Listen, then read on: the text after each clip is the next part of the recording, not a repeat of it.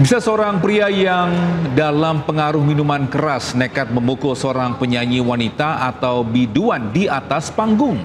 Diduga biduan dipukul akibat menolak untuk dirangkul.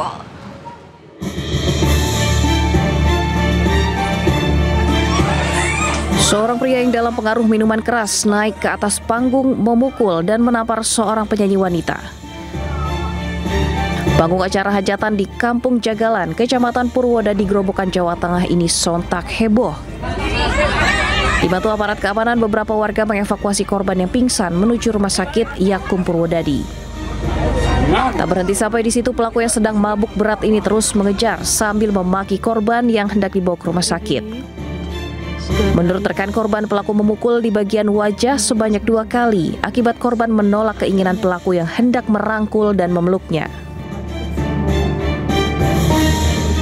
Permasalahan korban itu ini dipegang, ya, mau dirangkul namun tidak mau, dan si pelaku merasa tersinggung, lalu terjadilah pemukulan. Kerabat korban kemudian melaporkan kejadian ini ke Polres Grobogan, Jawa Tengah. Polisi melakukan penyelidikan atas kasus penganiayaan yang terjadi di atas panggung. Dan seni Pak Jirin tekan pentas, kemudian dianiaya, dipukul, viral. Hari ini kami dengan rekan-rekan bahwa kasus itu akan kami tindak lanjuti sesuai dengan prosedur yang berlaku. Saat ini korban masih mengalami trauma. Korban juga sempat mendapatkan ancaman dari orang tak dikenal jika nekat melaporkan kasus ini ke polisi. Dari Grobogan, Jawa Tengah, Rustama Nusantara, iNews melaporkan. Pemirsa, seorang ibu membobol sebuah rumah dan menggondol perhiasan hingga uang tunai di Cimanggu, Kota Bogor, Jawa Barat. Aksi pelaku terekam kamera pengawas.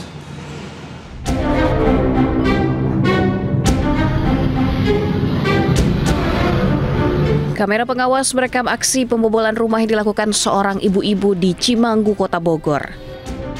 Pelaku yang berkerudung sempat mengintip dari luar jendela untuk mengamati keadaan dalam rumah. Pelaku kemudian mengambil kunci rumah yang berada di dalam pot bunga untuk masuk ke rumah korban. Perempuan berusia 43 tahun ini kemudian masuk ke dalam rumah yang sedang ditinggal pemiliknya dan menggasak 3 cincin dan uang tunai 4 juta rupiah senilai 30 juta rupiah.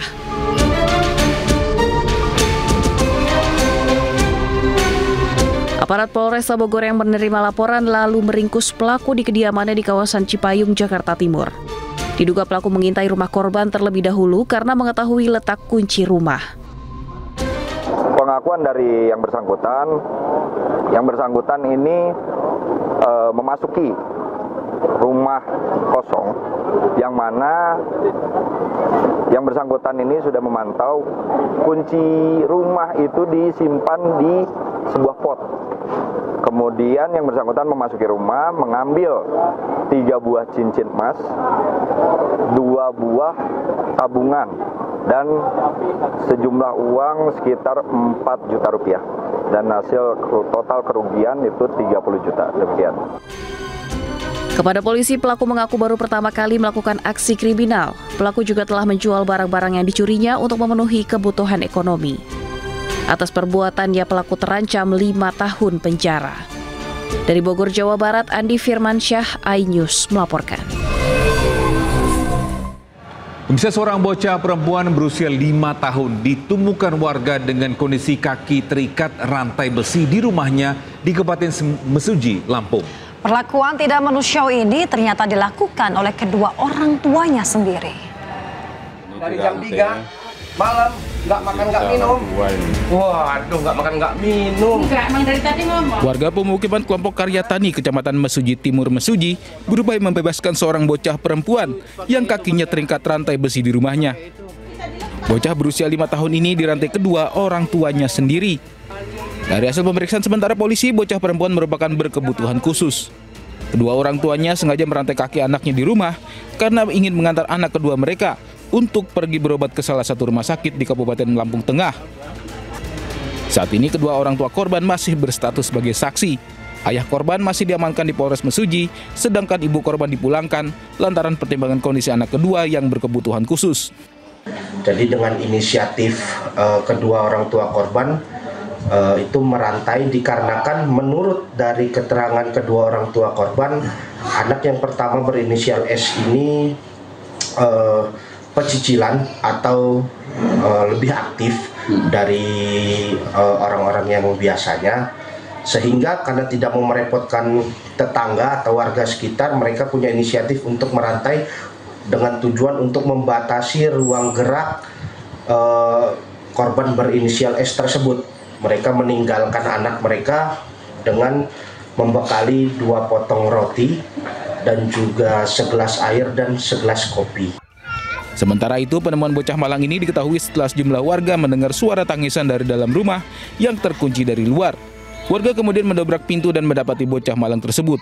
Setelah saya intip dari celah lubang rumah itu, benar anak itu diikat pakai rantai. Di rantai ya? Itu sejak kapan Pak diikat itu Pak? Kalau bahasa tadi tetangga dari jam 3:30, jam 3:30 itu udah ditinggal sama orang tuanya, kerja kemana nggak tahu.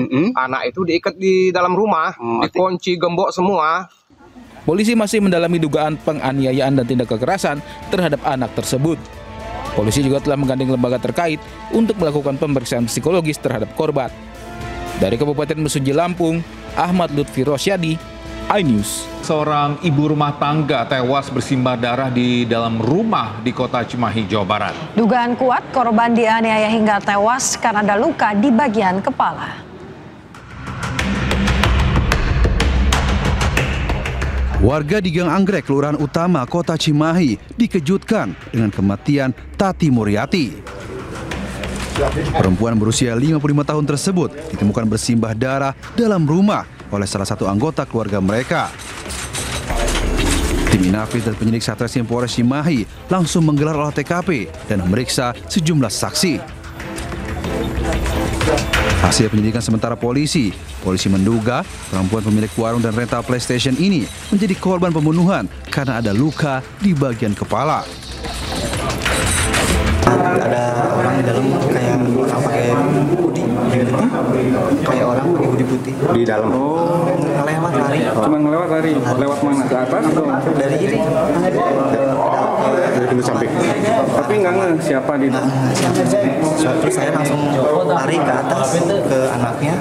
Sampai saat ini kami belum bisa menyimpulkan apakah ada dugaan peristiwa pidana sehingga menyebabkan jenazah itu meninggal dunia. Namun yang jelas yang kami bisa lihat terdapat luka yang berada di bagian kepala.